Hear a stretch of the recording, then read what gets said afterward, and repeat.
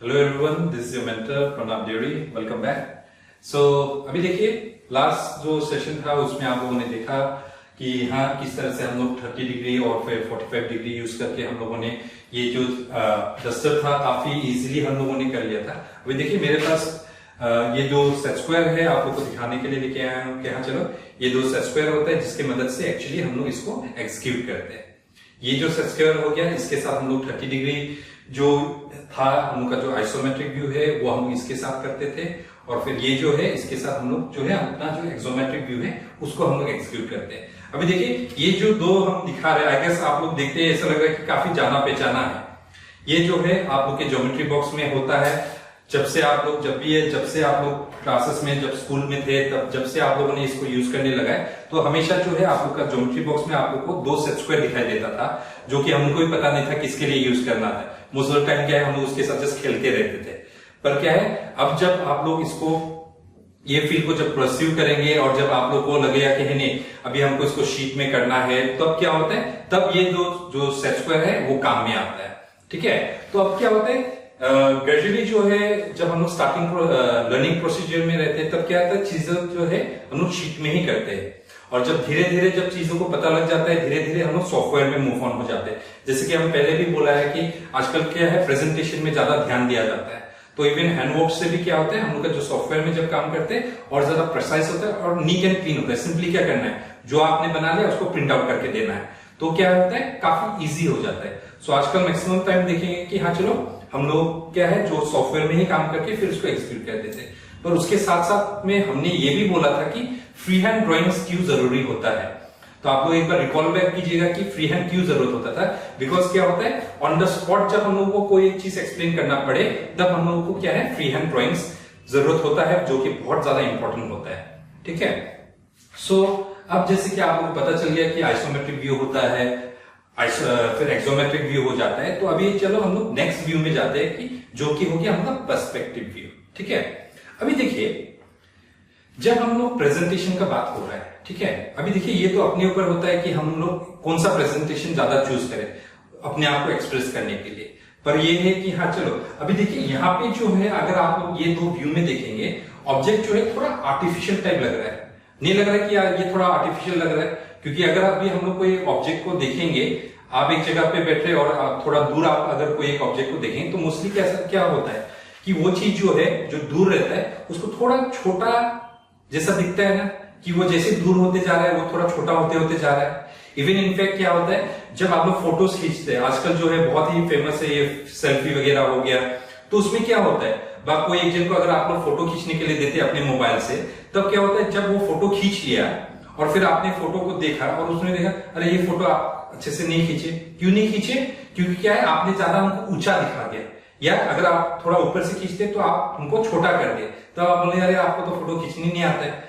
सो ये क्या होता है, तो जो हमका जो कैमरा लेंस रहता है वो पॉइंट हो गया हमका पर्सपेक्टिव, मतलब वो पॉइंट से हम लोग एक चीज को दिख रहे हैं। सो क्या हो जाता है जो हमका जो एक्चुअल जो व्यू होता है, जिस तरह से हम लोग चीजों को दिखते हैं, जो इन रियलिटी हमको जैसे दिखाई देता है, अब जैसे कि आप एक पॉइंट पे खड़े हो गए बहुत दूर देख रहे हैं, तब क्या होता है छोटा हो जाता है ना चीजें, तो एक्चुअल पे क्या हो जाता है वो ज्यादा रियलिस्टिक व्यू हो जाता है। अभी फिलहाल ये जो था कि हाँ चलो कि काम चलाने वाला चीज था कि हाँ चलो कि फटाफट हम लोगों ने इसको कर लिया, and since it's very easy just by using set square and T scale, जो कि टी स्केल अगर हम बात करते हैं तो ये मेरे पास एक टी स्केल है, इसका भी हम लोग हेल्प लेते हैं जो कि आप लोग को फर्दर क्लासेस में पता चलेगा। ठीक है, तो ये जो एक दो इंस्ट्रूमेंट्स है हम लोग के पास, इसके हेल्प के साथ हम लोग ये दो चीज बना लिए थे। ठीक है, पर अभी हम लोग को यही चीज जो है और थोड़ा रियलिस्टिक में अगर लेकर जाना पड़ता है तब क्या करते हैं हम लोग पर्सपेक्टिव व्यू यूज करते हैं। ठीक है, अब जो पर्सपेक्टिव व्यू क्या हो गया,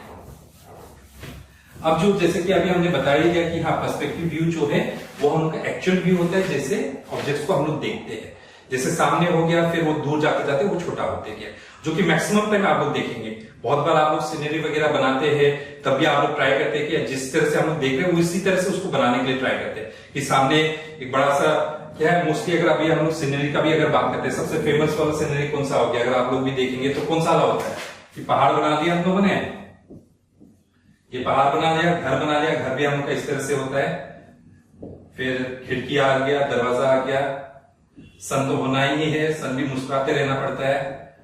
इस तरह से बढ़िया सा फिर एक नदी चला गया इस तरह से, और अगर होता है तो एक ट्री बना लिया। सो क्या है, अगर आप लोग देख रहे हैं शायद आप लोग को भी याद आ रहा है, हाँ ठीक इसी तरह से हम लोग एक सीनरी बनाते थे। पर इसमें भी अगर आप लोग एक ध्यान रखेंगे, अगर एक चीज को पॉइंट आउट करते हैं और अगर आप लोग नोटिस करते हैं तो क्या हो रहा है, मैक्सिमम टाइम क्या होता है, आप लोग भी यही ट्राई कर रहे थे कि हाँ जब भी हम लोग देखते हैं पहाड़ को हम लोग दूर दिखाई देते हैं, जिसके कारण क्या है पहाड़ काफी छोटा होता है हम लोग के घर को कंपेयर करते हैं। और जैसे जैसे हम लोग धीरे सामने पहुंच जाते हैं तो क्या होता है, उनका ट्री जो है काफी बड़ा हो जाता है, घर भी काफी बड़ा हो जाता है। तो ये जो चीज था पहले से ही हम लोग के दिमाग में होते रहता है कि हाँ चलो चीज को कैसे एक्चुअली बनाना पड़ता है, पर उसका जो प्रोसीजर था वो हम लोग को पता नहीं था कि इसको कैसे हम लोग इसको एक्चुअल पे करें। तो आज जो है हम आप लोग को ये बताने वाले हैं कि ये जो तरीका है जिस तरह से ये चीज को और भी अच्छे से प्रेजेंट करने का, वो हो गया हमका पर्सपेक्टिव व्यू, जो कि बहुत ही इजी है। अगर आप लोग एक बार ट्राई करेंगे तो बहुत इजीली आप लोग इसको एग्जीक्यूट कर सकते हैं। सो पर्सपेक्टिव व्यू में होता क्या है, ठीक है, अब हम लोग का पर्सपेक्टिव व्यू में होता क्या है। सो ये हो गया हम लोग का पर्सपेक्टिव व्यू,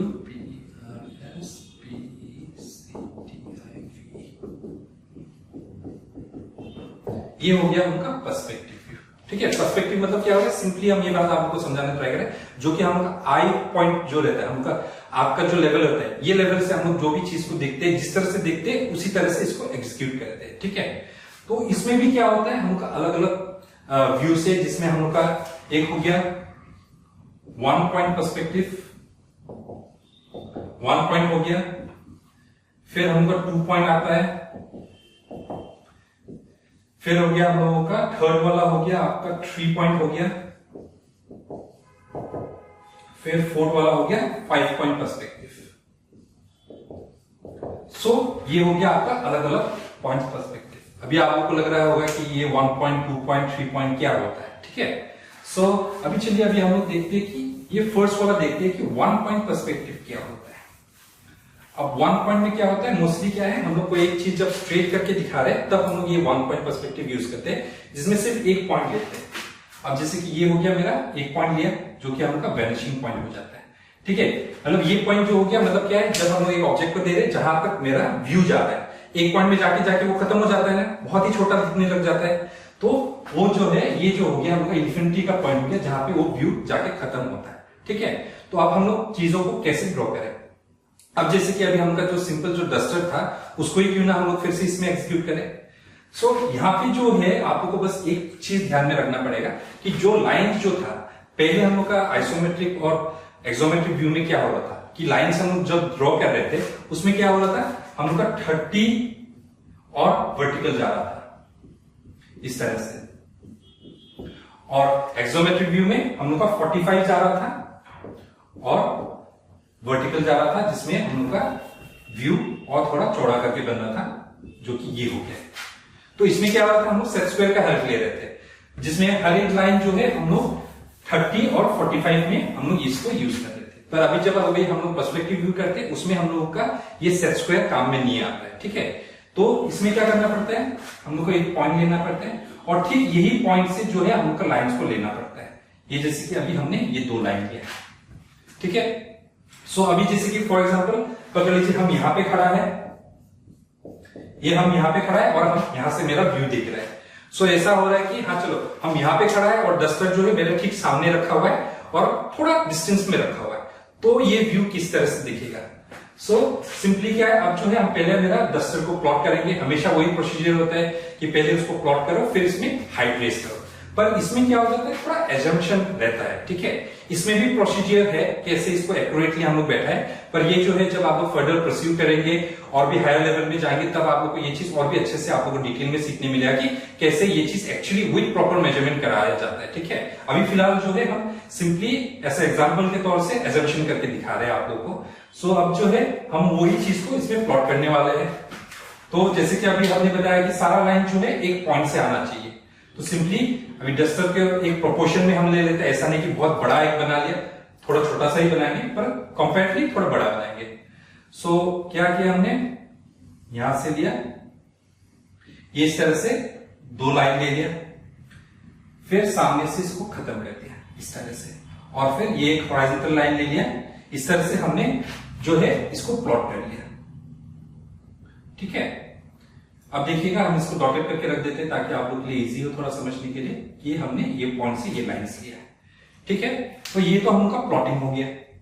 अब क्या करेंगे, इसमें हम लोग को हाइट डालना है। ठीक है, अब हाइट जैसे कि क्या होता है, सामने जितना होगा वो दूर जाते जाते वो चीज क्या छोटा होते जाता है, इसलिए क्या होगा यहाँ पे भी जो है आप उसको टेपरिंग देख रहे हैं, क्योंकि क्या होता है सामने से वो बड़ा दिखेगा और धीरे धीरे जैसे हम लोग आगे जाते दूर देखते रहेंगे तो वो चीज छोटा होते जाता है। सो ठीक यहाँ पे भी वही हो रहा है। फिर अब नेक्स्ट जो है इसमें हम हाइट डाल देंगे। हाइट हमको चारों पॉइंट से डालना पड़ता है, ये इस तरह से हमने हाइट डाल दिया। और फिर नेक्स्ट फिर से हम लोग यहां से लाइंस लेंगे पॉइंट से और फिर हम लोग इसको इस तरह से जोड़ देंगे और सामने से भी ये जोड़ेंगे। अब देखिए जैसे हमने इसको जोड़ दिया, फिर आपका देखिए हम लोग का जो बॉक्स है जो डस्टर था वो रेडी हो गया। अब इसमें फिर नेक्स्ट स्टेप जो था इसको सॉलिड करने का था। ये देखिए इस तरह से हमने इसको सॉलिड कर दिया और हम लोग का डस्टर रेडी। यही चीज अगर आप थोड़ा साइड से देखना चाहते हैं तो सेम वे क्या करना है, यहां से हम लोगों ने पॉइंट्स ले लिए ये इस तरह से, तो हम लोग को उसका लेंथ ये मिल गया, यहां से अब इसका ब्रेथ मिल गया। फिर यहां पे हाइट डाल दिया हम लोगों ने इस तरह से। फिर से जो है हमका वीपी जो है ये जो हमका वैनिशिंग पॉइंट है, फिर वहां से हम लोगों ने लाइन खींचा, ये यहां पे जोड़ दिया, यहां पे जोड़ दिया और फिर यहां से ये। और ठीक इसी तरह से आपको और थोड़ा अगर आप वही डस्टर को अगर साइड पे प्लेस करके अगर देखना चाहते थे तो उसके लिए ये वाला व्यू हो गया। सो देखिए जब अगर हम लोग व्यूज का अगर बात करते हैं ना, व्यूज को डिपेंड करते हैं आपके ऊपर कि आप कैसे वो चीज को दिखाना चाहते हैं। वो अलग अलग पर्सपेक्टिव में वो चीज अलग अलग करके दिखेगा। ठीक है, अब जैसे कि ये बॉक्स जो है हम लोग यहाँ पे जो है आप लोग को इस तरह से दिख रहा था, तो अब ये था हम लोग का 1 पॉइंट के साथ, 1 पॉइंट पर्सपेक्टिव में ये था हम लोग का 1 पॉइंट में था। ठीक है, तो अभी चलो हम लोग फिर से इसी चीज को जो है हम लोग 2 पॉइंट में देखते हैं कि 2 पॉइंट में किस तरह से होता है। सो 2 पॉइंट के लिए क्या है, अभी चलिए हम लोग अपना नेक्स्ट सेशन में चलते हैं जिसमें अभी हम फिर आप लोगों को 2 पॉइंट पर्सपेक्टिव दिखाते हैं कि कैसे इसको एक्सिक्यूट किया जाता है। So thank you everyone.